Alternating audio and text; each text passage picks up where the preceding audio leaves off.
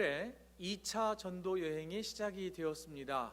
이해를 돕기 위하여 지도를 보시면서 설명을 드리겠습니다. 자, 수리아 안디옥에서 시작된 바울의 2차 선교 여행은 바울의 고향이었던 다소를 방문을 하고 지나서 더베라고 하는 도시를 방문하게 됩니다. 그리고 5년 전에 1차 선교 여행 때에 유대인들이 던진 돌에 만져 죽을 뻔했던 루스드라라고 하는 도시를 재방문하게 됩니다. 이곳 루스드라라고 하는 곳에서 바울은 영적인 아들이면서 그의 생이 다할 때까지 신실한 동역을 함께 했던 디모데라고 하는 청년 사역자를 만나게 됩니다. 젊고 유능하며 믿음이 좋은 청년 디모데의 합류로 선교팀에 활력이 솟아났습니다. 사도 바울과 실라 그리고 디모데는 이제 루스드라를 떠나서 이고니온이라고 하는 것을 방문을 했고 비시디아 안디옥까지 차례로 방문을 하게 됩니다. 2차 선교 여행의 목적대로 1차 선교 여행에 방문했던 그 지역과 교회들을 재방문해서 박해 중에 있고 어려움 당하고 있는 성도들을 격려하고 위로했습니다. 또한 각각 교회마다 산적해 있는 신앙의 문제와 관계의 문제들을 말씀으로 잘 해결해 주었습니다. 그 결과 2주 전에 살펴보았듯이 사도행전 16장 5절의 기록에 의하면 성도들의 믿음이 굳건해졌고 교회마다 큰 부흥이 일어났다라고 성경은 증언해주고 있습니다. 자, 다시 지도를 한번 보시죠. 이렇게 2차 선교 여행은 순조롭게 진행이 되어 갑니다. 비시디아 안디옥에 당시 머물고 있었던 사도 바울은 이 여세를 몰아서 내친 김에 아시아에 있는 여러 도시를 방문해서 그곳에서 말씀을 가르치고 주의 복음을 전파할 계획을 세웁니다. 자, 여기에서 말하는 아시아는 우리 조국 대한민국이 지금 지정학적으로 위치해 있는 그 아시아를 말하는 것이 아닙니다. 당시 로마의 식민지 치하에 있었던 여러 지역들 가운데 한 주, 캐나다식으로 표현하자면 여러 프로빈스 있잖아요. 주 가운데 하나인 아시아 주를 말해주고 있습니다. 이 아시아 주 지역에는 요한계시록에 등장하는 아시아의 7교회가 있었죠. 그 7교회 가운데 에베소 교회가 가장 먼저 언급되는 이유는 이 아시아 주의 수도가 에베소였기 때문입니다. 바로 이 유서 깊은 아시아 지역에 가서 복음을 전하려고 계획을 세웠습니다. 이렇듯 막힘없이 진행된 2차 선교 여행의 일정에 전혀 예상하지 않는 일이 발생합니다. 본문 6절입니다. 6절은 우리 다 같이 읽지요. 시작. 성령이 아시아에서 말씀을 전하지 못하게 하시거늘 그들이 부르기아와 갈라디아 땅으로 다녀가. 성령 하나님께서 어떻게 된 일인지 아시아로 가려던 바울의 계획을 막으셨습니다. 허락하지 않으셨단 말이에요. 성난 유대인들이 아니라 이방인들이 아니라 성령님께서 선교의 길을 막으셨으니 아마 사도 바울과 선교 일행들은 적지 않게 당황하고 놀랬을 것입니다. 그렇다고 성령께서 막으시는데 그것을 거스르고 아시아로 갈 수도 없는 형편이었습니다. 지도를 다시 한번 더 보시죠. 그래서 사도 바울은 계획을 수정을 하게 됩니다. 그래서 이 비시디아 안디옥에서 부르기아와 갈라디아 지역의 중간에 있는 도로를 타고 저 무시아라고 하는 곳까지 계획을 변경해서 진행합니다. 무시아에 도착한 사도 바울은 저 동북쪽에 위치해 있는 비두니아라고 하는 지역으로 가서 복음을 전파할 또 다른 계획을 세우게 됩니다. 성경에 의하면 7절을 한번 보시죠.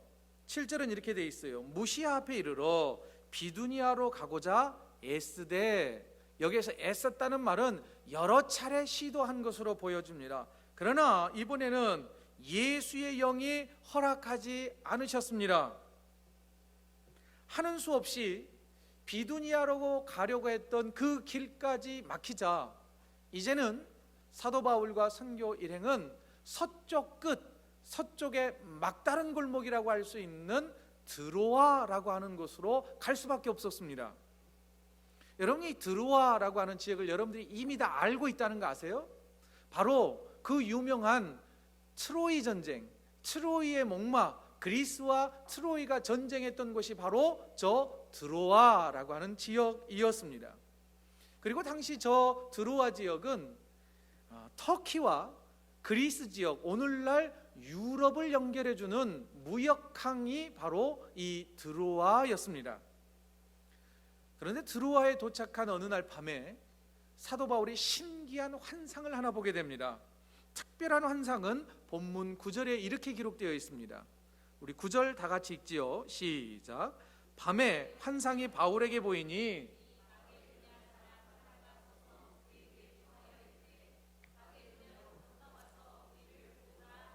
자, 환상 중에 저 바다 건너 마게도냐에 있는 어떤 한 사람이 손짓을 아마 했을 것 같아요. 바울 목사님, 바울 목사님, 이곳으로 빨리 건너와서 우리를 좀 도와주세요. 제발 좀 도와주세요 라고 하는 환상을 보게 됩니다. 바울은 자신이 본 이 초자연적인 이 신기한 환상에 대해서 선교팀이었던 실라와 디모데에게 아주 자세하게 설명을 했을 겁니다. 그러자 10절을 보시죠. 바울이 그 환상을 보았을 때에 우리가 곧 마게도냐로 떠나기를 힘쓰니 이는 하나님이 저 사람들에게 복음을 전하라고 우리를 부르신 줄로 인정함이로라. 성령의 충만에 있었던 사도 바울과 실라와 디모데는 맞습니다. 이 환상은 하나님께서 우리를 저 마게도냐로 가서 복음을 전하라고 하신 선교 명령입니다 라고 하는 것을 인정하고 깨닫고 급히 서둘러 배를 타고 에게해를 건너가 마게도냐 지역 첫 성이었던 큰 성이었던 빌립보에 가서 복음을 전하기 시작을 합니다. 자, 여기까지가 오늘 본문에 기록된 내용입니다. 오늘 본문에서 사도 바울의 2차 선교 여행이 처음에는 굉장히 순탄하게 진행되다가 예수님과 성령님 그리고 하나님에 의해서 수정되고 막히게 되는 그런 일이 기록되고 있습니다. 자, 아시아로 가려고 했고 비두니아로 가려고 했던 사도 바울의 계획이 6절에서 막혔어요. 누구에게 막혔어요? 성령님에게 막혔어요. 별 수 없이 드로아로 가야 했습니다. 그리고 지금까지 전혀 예상하지 않았고 계획하지 않았던 저 마게도냐 지역 유럽으로 건너가서 복음을 전하게 됩니다. 자, 오늘 본문에는 바울의 선교 여행이 3번이나 수정되는데 그때 차례로 성령님, 예수님 그리고 하나님이 그들을 막으셨다라고 기록되는데 왜 그러면 성삼위 하나님께서는 사도 바울의 발걸음을 제지하시고 막으시고 수정하셨을까요? 본문 7절에서 어렴풋하게 그 이유를 찾을 수가 있습니다. 7절 다시 한번 읽습니다. 시작. 무시아 앞에 이르러 비두니아로 가고자 했으되 예수의 영이 허락하지 아니하시는지라. 여러분, 아시아 선교는 이미 성령님에 의해서 막혔습니다. 막혔다기보다는 좀 더 자세히 말하자면 조금 시간이 딜레이 되었어요. 나중에 그곳을 방문하게 하십니다. 그런데 바울이 무시아라고 하는 곳에 도착했을 때 그가 어떻게 합니까? 비두니아로 가고자 애를 썼다라고 이렇게 표현되어 있죠. 애를 썼단 말은 어떤 의미일까요? 여러 차례 비두니아로 가려고 시도했다라고 하는 것입니다. 그런데 잘 생각해 보세요. 예수님께서는 아시아 지역의 복음은 차후로 수정시키셨잖아요. 뒤로 미루셨잖아요. 그런데 여전히 사도 바울은 아시아에 대한 미련이 남아있는 거예요. 비두니아 지역도 물론 북동쪽이긴 하나 그 지역도 아시아 지역, 오늘날 터키 지역으로 묶여 있는 지역이란 말입니다. 이런 사도 바울의 태도에 하나님께서 반응하신 거예요. 하나님의 뜻을 거스르는 사도 바울의 이 행로를 바로잡기 위하여서 이제는 예수의 영이, 이제는 하나님께서 직접 바다를 건너 마게도냐, 유럽으로 보내신 것입니다. 또 하나 짐작할 수 있는 것은 2차 선교여행 때 승승장구하고 있는, 거침없이 모든 일들이 잘 되어져 가고 있는 사도 바울과 선교팀의 모습을 바라볼 수가 있습니다. 여러분, 대부분 사람은요, 잘 되어지면 교만해지기 쉽습니다. 안 될 때는 겸손해요. 그러나 잘 되면 사람이 변하는 경우가 태반입니다. 사도 바울도 그러지 않았을까 짐작해 봅니다. 하나님이 막으시는데도 그가 길을 쓰고 비두니아로 가려고 애썼다고 하는 것은 성령의 능력보다는, 하나님의 힘을 의지하기보다는 자신의 힘을 어렴풋하게 더 의지하려던 사도 바울의 이 의지를 꺾으시기 위하여 하나님께서는 강권적으로 그를 드로아로 보내셨고, 그리고 배를 타고 마게도나로 보내신 것입니다. 이를 통하여서 하나님께서는 이 성경을 읽는 2차 독자인 우리에게도 분명하게 강조하고 싶은 내용이 있습니다. 그건 뭐냐? 선교사에게 주권은, 복음사에게 주권은 성부, 성자, 성령 삼위일체 하나님 손에 달려있다라고 하는 것을 우리에게 가르치고자 하시는 의도가 오늘 본문에는 있는 것입니다. 자, 오늘 주보 안쪽에 실린 류준 교수님의 글에도 사도행전을 이끄는 핵심 구절인 사도행전 1장 8절을 언급하면서 다음과 같이 글로 말씀하셨습니다. 스크린을 한번 보실래요? 이렇게 기록되어 있어요. 주보의 안쪽의 내용은, 복음을 전하는 주체는 사람의 열정이나 헌신이 아닙니다. 복음 전파의 주체는 성령, 곧 삼위일체 하나님이십니다. 성령이 선교의 주체이시며 주어입니다. 그래서 우리는 언제나 성령 충만하기를 간구하고 기도해야 합니다 라고 했습니다. 사랑하는 성도 여러분, 오늘날도 마찬가지 아닐까요? 복음 전파와 선교의 주체는 성삼위 하나님이십니다. 그러니 우리는 선교라고 하는 이 미명을 덧입어서 우리를 드러내지 않아야 할 것입니다. 우리를 드러내려는 도구로 선교를 이용해서도 안 될 것이며, 교회의 프로그램을 사용해도 안 될 것입니다. 여러분, 우리의 모든 신앙을 이끄시는 분은 하나님이시다라고 하는 이 사실을 반드시 기억하는 저와 여러분이 되시기를 주의 이름으로 축원드립니다. 한 가지 더 나누고 싶은 것은, 하나님께서 막으셨다면 하나님께서 다른 문을 열어주신다고 하는 사실을 기억하시기 바랍니다. 19세기 초 2명의 선교사님도 사도 바울처럼 자신들이 계획했던 선교지의 문이 닫히고 다른 선교지의 문을 여셨던 것을 경험하게 됩니다. 먼저는 아도니람 저드슨이라고 하는 선교사가 있습니다. 이 선교사님은 인도 선교사로 헌신을 합니다. 그래서 1812년 4개월 동안의 항해를 거쳐서 인도 캘커타에 도착하게 됩니다. 하지만 동인도 회사의 방해로 인하여서 인도 캘커타에 더 이상 머물지 못하고 그는 뜻하지 않게 미얀마로 가게 됩니다. 미얀마에 도착한 이 아도니람 저드슨 선교사님은 그의 생이 마감되는 1850년까지 미얀마에서 선교사로 활약하게 되고, 그때 첫 세례주는 장면이 여러분들이 보시는 저 사파로 기록으로 남겨져 있습니다. 또 한 사람이 있습니다. 데이빗 리빙스턴이라고 하는 선교사가 있습니다. 이분은 신학과 의학을 전공한 이후에 중국 선교사로 활동하려고 계획을 세웠습니다. 그러나 하나님께서는 1840년도에 중국이 아닌 아프리카로 리빙스턴 선교사를 보내게 됩니다. 그리고 그곳에서 검은 대륙 아프리카에 하나님의 복음을 전하고 1873년 그가 숨을 거두는 그때까지 검은 대륙 아프리카에 복음의 씨앗을 뿌리게 됩니다. 우리 교회도 이와 비슷한 경험을 하게 되었습니다. PPT 그림을 한번 보시면 올해 릴루엣 원주민 선교의 사진입니다.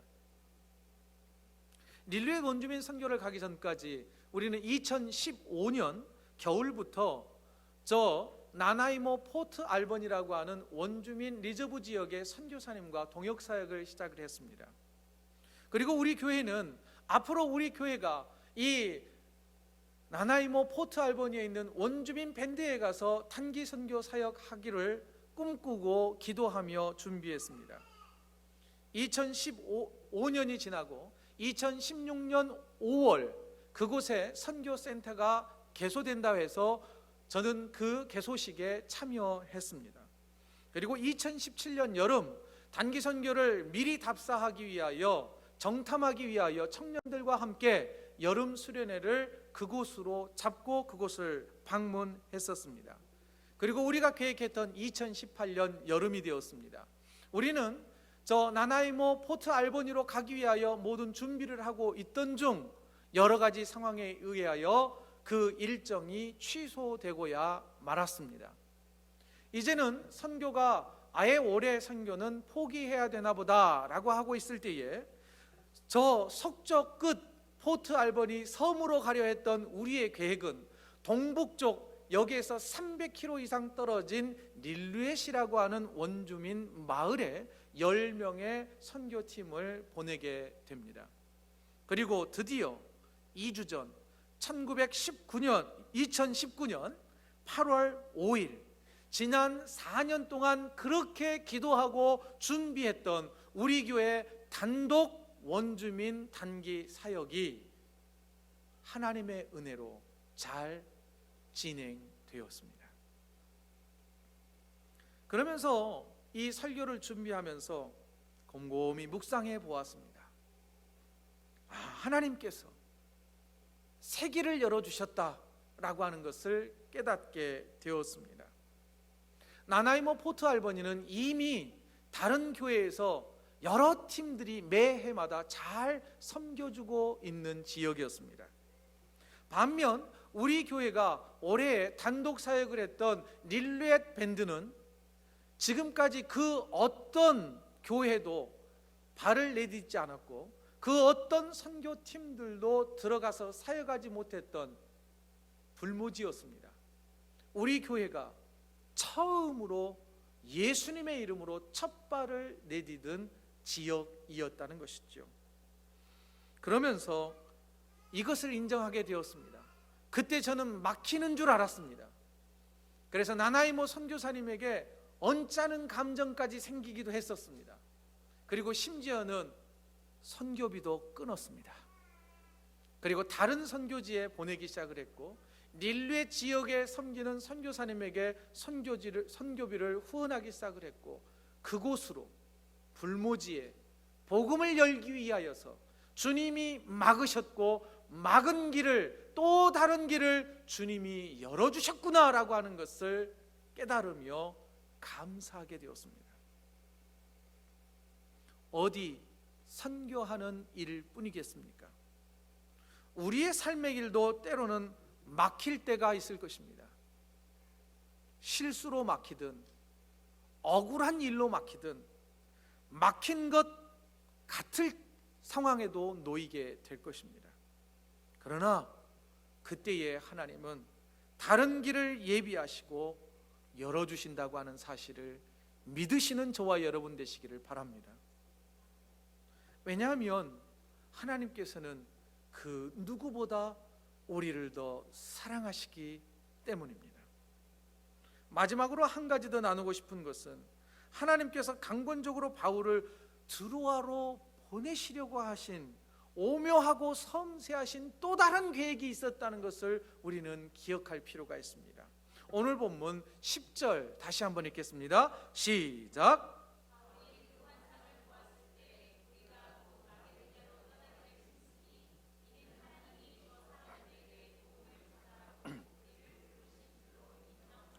자, 오늘 본문 10절에서 특별히 한 가지 주어의 변화에 주목해 보시기 바랍니다. 지금까지 사도행전을 기록할 때에는 선교팀들을 부를 때에는 그들이라고 3인칭 주어를 사용을 했습니다. 그런데 오늘 본문 10절 이후부터 28장 사도행전이 모두 다 끝나는 때까지 선교팀 일행을 부르는 인칭 대명사는 1인칭 복수 주어를 사용하고 있습니다. 우리가 라고 되어 있어요. 우리가. 그들이에서 우리가 라고 변하고 있다는 것을 눈여겨보시기 바랍니다. 이런 주어의 변화를 통하여서 드로아에서 사도 바울이 사도행전의 저자인 누가를 만나게 되었다라고 하는 것을 알 수 있습니다. 잘 보십시오. 사도행전 1장부터 이 16장 9절까지는 그들이 했단 말이에요. 내가 경험한 게 아니에요. 사도행전의 저자였던 누가가 경험한 게 아니라 간접 경험을 한 거예요. 1장부터 9장까지는 사도 바울이 박해자로 있을 때이니까 예루살렘의 지도자였던 실라라고 하는 사람을 통하여서 들은 것을 성령의 감동으로 기록한 거고, 9장 이후부터서는 사도 바울이 직접 경험한 일이니 사도 바울을 통하여 경험한 일들을 성령의 감동으로 누가가 아주 자세하게 오묘하게 주의 뜻대로 기록으로 남겼던 것입니다. 그러나 오늘 본문인 16장 10절 이후부터서는 이 2차 선교여행 이후부터 선교팀에 누가가 합류하여서 자신이 직접 경험한 일들을 경험했기 때문에 우리가 라고 기록하고 있는 것이죠. 자, 그러면 하나님은 무엇 때문에 이 누가와 사도 바울을 또 만나게 하셨을까요? 바로 이런 답을, 누가가 어떤 사람인지를 알면 쉽게 하나님께서 굳이 이 사도 바울을 막 몰아가셔서 드로아로 보내신 이유를 찾을 수가 있습니다. 첫 번째, 누가의 직업이 무엇인지 여러분 아시나요? 누가는 의사였습니다. 하나님께서는 육체의 연약함, 사도 바울도 스스로 말하잖아요. 내 육체에 가시가 있다고. 그에게는 지병이 있었습니다. 병약한 사람이었어요. 종합병원이었단 말입니다. 또한 그의 삶이 얼마나 고단했습니까? 매맞기를 수지기수요, 부지기수요, 루스드라에서는 돌에 맞아서 이런저런 상처와 장애가 생겼을 것입니다. 그뿐만 아니죠. 마게도냐로 건너갔을 때 빌립보에서는 채찍을 맞고 옥에 갇히죠. 로마 감옥에도 갇힙니다. 그의 삶 가운데 온전한 날이 없었어요. 안 아픈 날이 없었단 말입니다. 그때에 하나님께서는 그 병약한 사도 바울을 가장 가까운 곳에서 그를 치료하고 돌보시기 위하여 준비된 누가를 만나게 하시기 위하여 그를 그렇게 강권적으로 드로아로 모신 것입니다. 또 하나, 누가는 엘리트였습니다. 지성인이었습니다. 고급 헬라어를 구사할 수 있는 아주 훌륭한 사람이었습니다. 하나님께서는 누가의 지성과 영성을 이용하셔서 초대교회에 하나님께서 베풀어 주신 은혜와 성령의 역사, 교회의 역사를 누구보다 더 잘 기록할 수 있겠다라고 아셨기에 성경을 기록하기 위하여 사도 바울과 누가를 만나게 하신 것입니다. 그렇다면 사랑하는 성도 여러분, 우리의 계획이 때로 막힐 수 있습니다. 거부될 수 있습니다. 물거품이 될 때도 있을 것입니다. 그러나 그때에도 하나님께서는 우리가 전혀 예상하지 못한 오묘하고 신실한 변함이 없으신 계획을 진행시키고 계신다는 것을 기억하십시오. 하나님이 막으셨다면 하나님이 여실 것입니다. 그리고 하나님께서 우리의 길을 막으신다면 벗어나려 하지 마시고 그곳에서 멈추어 서십시오. 막다른 골목일지라도 그곳에서 주님의 인도하심과 이끄심을 기다릴 수 있는 저와 여러분 되어야 할 것입니다. 그리고 성령의 이끄심에 집중하십시오. 말씀으로 우리에게 명령하실지 누가 합니까? 또한 환상을 통하여 하나님의 뜻을 계시하실지 누가 압니까? 그러니 성령의 이끄심에 집중하고 하나님의 음성에 귀를 기울이십시오. 성경 말씀을 더 깊이 묵상하여 하나님의 뜻을 거부하지 말고 철저히 순종하십시오. 그리할 때 우리 하나님께서는 우리가 기대하지 못한 만남을 준비해 주실 것입니다. 새로운 믿음의 문과 영의 문을 열어 주실 것입니다. 내 계획이 허물어지고 막힌 상황에서 하나님께서는 크신 계획, 우리가 다 할 수 없는 크신 계획, 우리가 볼 수 없는 오묘한 계획을 준비하셔서 새 길을 여시고 새 만남을 준비하실 하나님을 신뢰하는 저와 여러분 되시기를 주의 이름으로 축원드립니다.